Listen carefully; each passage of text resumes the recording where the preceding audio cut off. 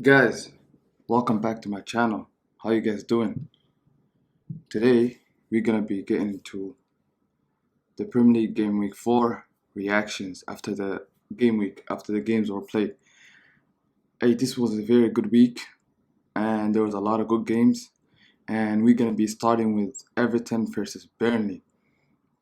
As you guys can see, Everton dominated Burnley. It's just like how I predicted. Burnley don't have enough quality to be going against Everton and be scoring goals. The problem is this Burnley team is very old and they do not invest in the team. So the chance of them winning against Everton is very low.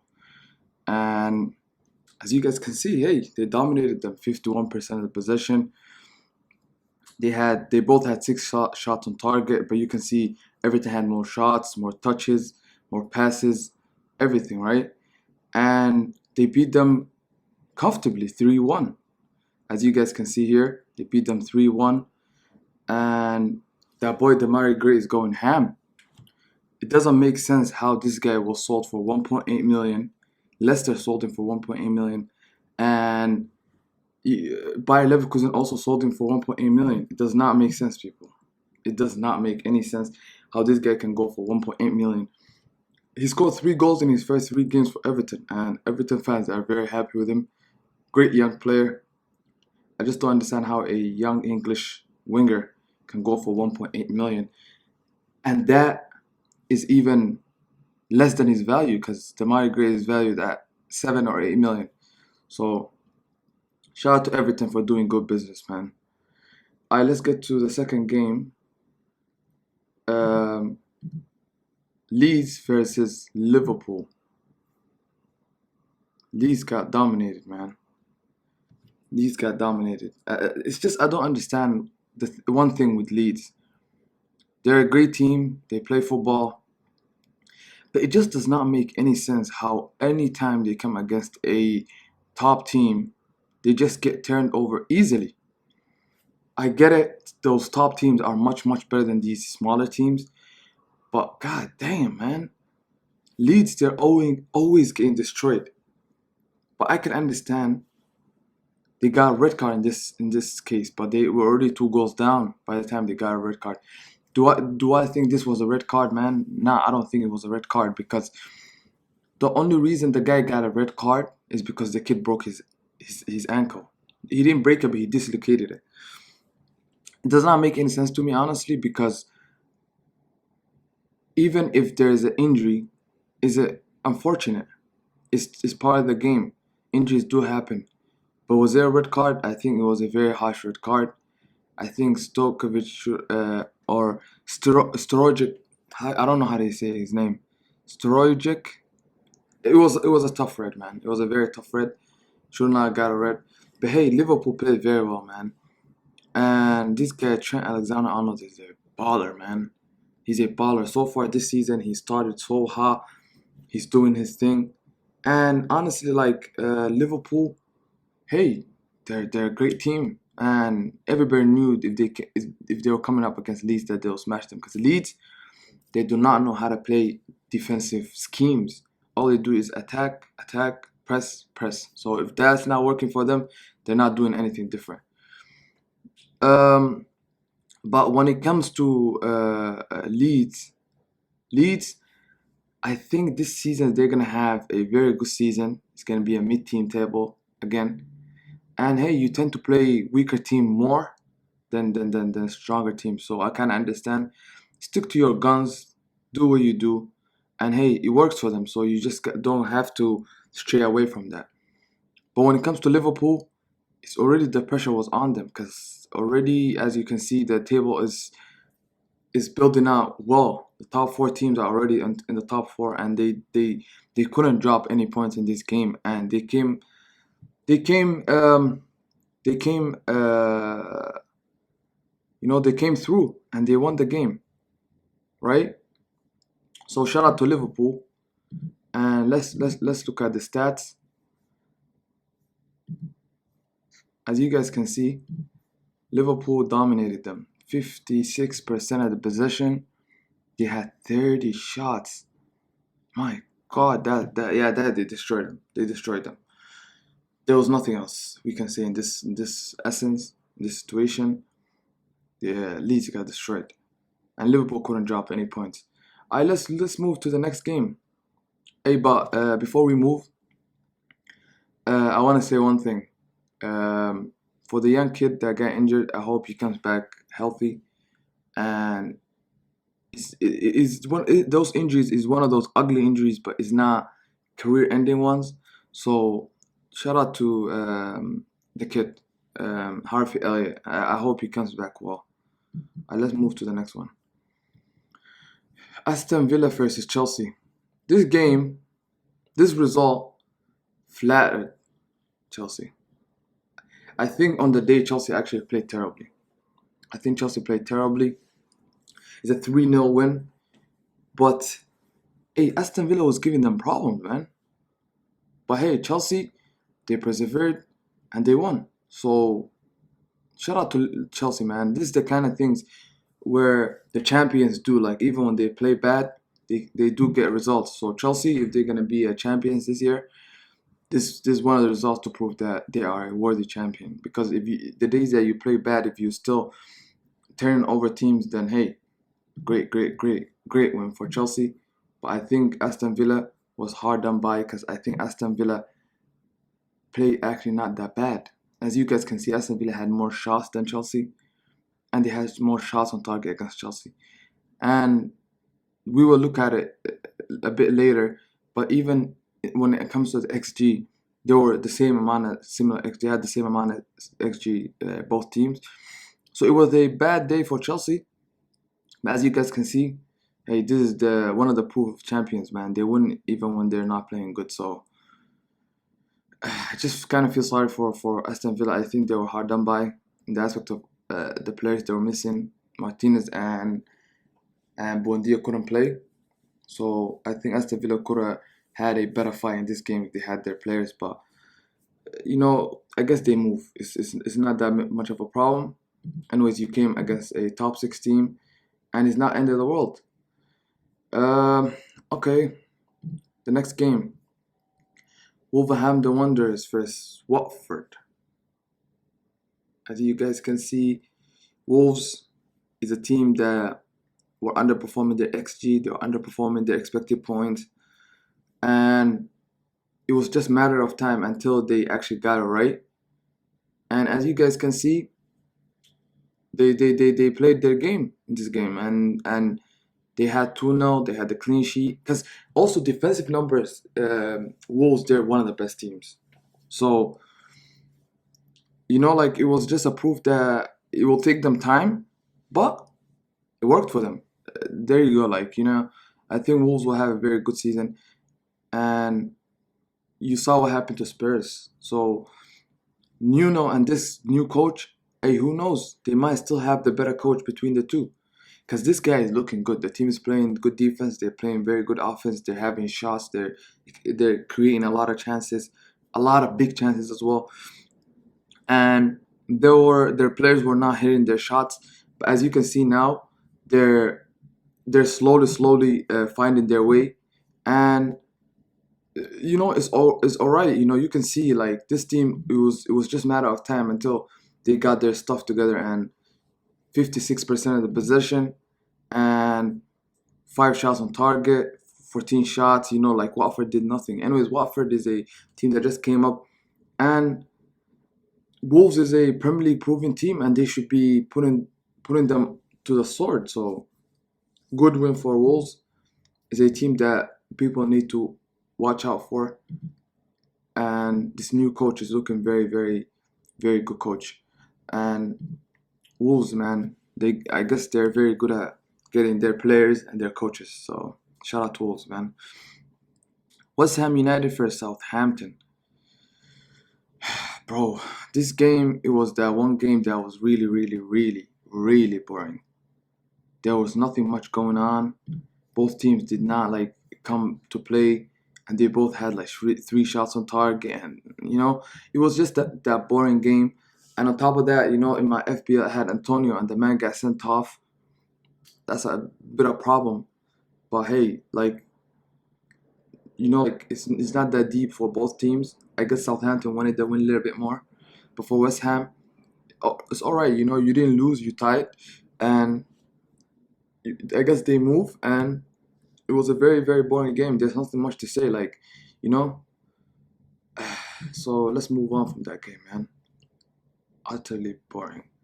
All right, now we get to the Manchester United versus Newcastle, the game that everybody was looking forward to this year, this game week, and Ronaldo delivered, man. Is there anybody that thought he wouldn't? He scored 2 goals. The second finish was much much better. The first one, I just don't understand what the Newcastle keeper is doing. But for the second one, you can see the moment he saw Luke Shaw running, he knew where he wanted the ball, what he's gonna do. He ran in there, great touch, bang, left foot, finish, amazing. Like as a Arsenal fan, I'm not happy about them getting Ronaldo because this will help them to actually do something special. But like, hey, it was a good win for them, and I watched the game and I enjoyed it. But it's just like I'm not happy about it. So it's not. It's all right. But Manchester United, man, they're kind of serious now, man. Like back in the days, like they were a team that had a lot of money, but they were never serious. But now, as you can see, guys, like with the summer they had, they're very very serious. But still, do I think that they will win the league? No, because their coach is not good enough. People, their coach is not good enough. And as you guys can see, they had 64% of the possession. They had 21 shots. They created like over 3 xg. We will look at it later on. But Newcastle had no chance. Even on top of that, Newcastle they were missing their number one striker, and in Callum Wilson. And without him, they had no chance of winning this game. So I guess United is rubbing their hands and they're happy about this win. And the next game is going to be Manchester City versus Leicester. This game was also one of those games that was a bit boring. It was a bit one-sided, and City dominated them the whole time. Leicester did not do anything special. I really thought that Leicester would bring more fight because they always tend to turn up against Manchester City. But this game, I guess City showed the dominance. It's not that deep, and City is one of the two best teams in the league. So Leicester, I guess they're looking at it as, hey, we just lost 1-0, and they move on from it. But when it comes to Manchester City, hey, they keep the momentum, they keep the pressure on the other three teams. They played their game, and City, I don't understand. Like nowadays, like since last year until now, they tend to not smash teams like they used to do back in the days. Nowadays, they just tend to, if they score, they just keep the ball and they're happy to get their 1-0, keep their clean sheet, and they move. At the end of the day, that's all what it is. Because if you're not losing and you're still up there, when it comes to Manchester City, hey, I guess they move on. But with that much chance, if you have that much shots and that much chances created, you should score a little bit more. But City somehow tend to do that. Like every once in a while, they would create. They'll have this game that they would create a lot of chances, a lot of shots, and they tend to not score anything. But lucky them for this game, they actually scored and they won the game, 3 points, and yeah, they move. Brighton versus Brentford, nothing special. Nothing special about this game. It's just two teams that are um, you can say like lower mid-team tables and relegation fighters, and so it's nothing special about this game. Brighton got their clean sheet, they got their win. They have 9 points so far through the season. Great season for them so far. Last year they were that team that was underperforming their XG, but this year they're overperforming it. So hey, shout out to Brighton. They tend to have good defense as well. But this game, there was just nothing special about this game. Let's look at the stats. There was nothing special about this game, people. Like, you see what I mean? The team that won had 4 shots, and the other team had 1 shot on target. Like, there's nothing that was happening in this game. It was that boring game, and I didn't watch it, people. I'll be honest with you, I did not watch it. It's one of those games, man. what am I gonna do and watch that game? It's pretty boring, man. All right, let's get to Arsenal, man. So Arsenal had a alright game. They were okay.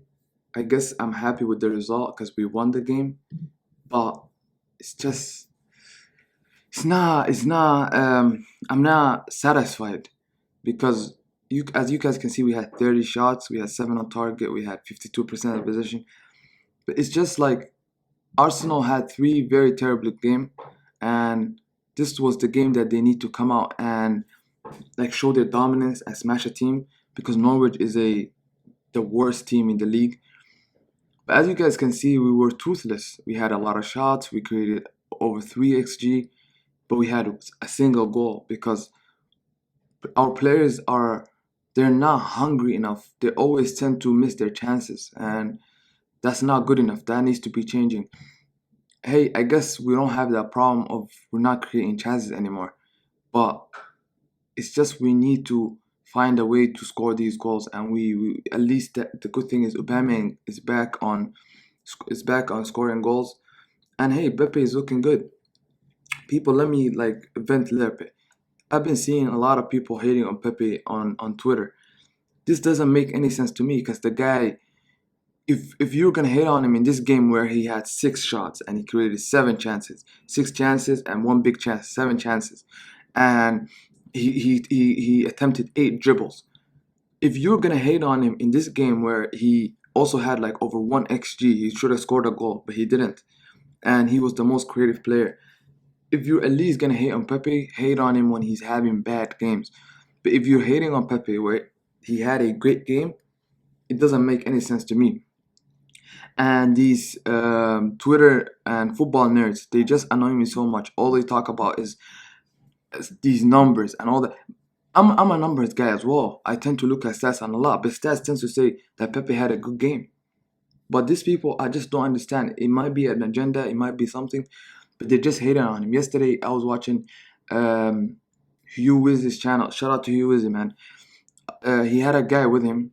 I forgot what his name was. It Wax or something like that. And he was saying Pepe is a championship player level, and he's the worst right winger in the whole league. That doesn't make any sense to me, bro. You said you would take Leon Bailey over him. Leon Bailey was in the bench of Bayer Leverkusen. He barely used to play. Please go educate yourself and go check the stats and go watch the players. Because he keeps saying that Pepe had 1 good season. But that's not the case, people. I know and you guys know as well. Pepe had 2 seasons where he scored over at least 13 goals in League A before he had his great season. And that this guy that's out here tearing Pepe apart and is telling you he would rather have McNeil and Leon Bailey. Leon Bailey never scored even more than 9 goals in Germany. Do you know Reece Nelson scored 9 goals in the Bundesliga coming off the bench for Hoffenheim? You don't dare say Nelson is better than Pepe. I don't understand these Arsenal fans that tend to hate on their players. Man, get off the players' back and support them, bro. Pepe is a great player. Is he perfect? He's not perfect. He has a lot of weaknesses and he tends to disappear a lot of times. But Pepe is a great player, man. When on his day, he can do something special. So all these people that are hating, man, go back to your hiding, bro. Pepe does not need the hate you're giving him, bro. All right, let's move to the next game. The last game of it was the first game of the week, but the last game we're gonna react to: Crystal Palace versus Tottenham Hotspur. Tottenham, bro, their fans were so hyped. Oh, we on top of the league. Arsenal's down there. They're on the bottom. What happened? You lost to Crystal Palace 3-0, and you looked by far the worst team in the whole week.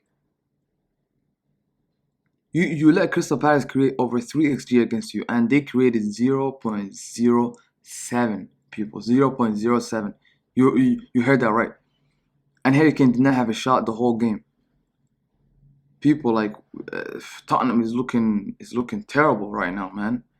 And Tanganga, bro, stop acting like a tough guy, man. We know you're good. We know you're kind of tough, But you don't have to like. I knew one of these days that he's gonna get sent off. Always he be pushing people. He's acting tough, like a tough guy. Hey, hey, hey, relax, bro.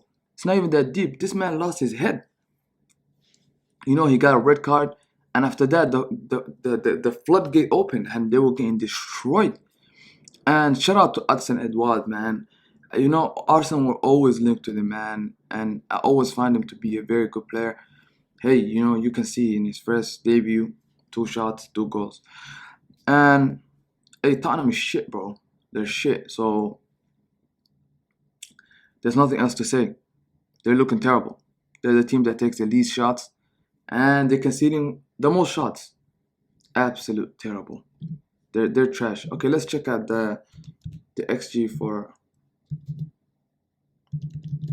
Let's check out the XG for this game week. As you guys can see, Burnley and Everton had pretty much the same amount of XG, but I guess Everton were more clinical. Alright. You guys can see that Tottenham had 0.08 XG, and Crystal Palace created almost 3 XG. 3. As you can see, Arsenal created almost 3, but they just did not score. They scored 1 goal from almost 3 XG, people. 3. And Brighton, and you see how boring this game was. And you see Manchester City, they created a lot of chances. They were just like Arsenal.